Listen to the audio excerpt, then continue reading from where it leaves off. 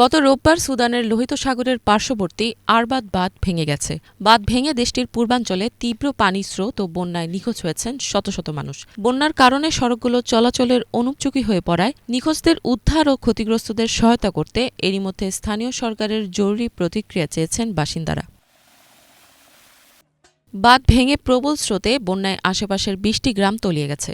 ধ্বংস হয়ে গেছে অনেক খামার, মারা গেছে গবাদি পশু। বাঁধ ভেঙে যাওয়ায় এরই মধ্যে পুরো অঞ্চল জুড়ে বিশুদ্ধ পানির সংকটের আশঙ্কা তৈরি হয়েছে।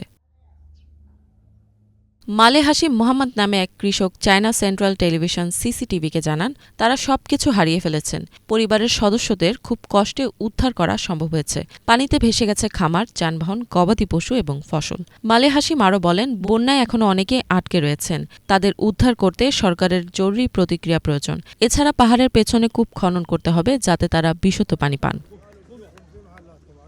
বাঁধটি নির্মাণ করা হয়েছিল ২৫ মিলিয়ন কিউবিক মিটার ধারণ ক্ষমতার একটি জলাধারের উপর। এই জলাধারটি শহরের প্রধান পানির উৎস হিসেবে কাজ করে। সেখানে বর্ষাকালে বৃষ্টির পানি সংগ্রহ ও সঞ্চয় করা হতো। মালেয়ালশির ওসমান নামে স্থানীয় এক বাসিন্দা বলেন, তার জীবনে এত পরিমাণ পানি দেখেননি। তারা ভাগ্যবান ছিলেন যে ওই সময় জেগেছিলেন এবং সন্তানদের নিয়ে পালাতে পেরেছিলেন। ওসমান বলেন, এখন রাস্তা মেরামত ও বাকি গ্রামবাসীদের উদ্ধার করতে সরকারকে প্রয়োজন।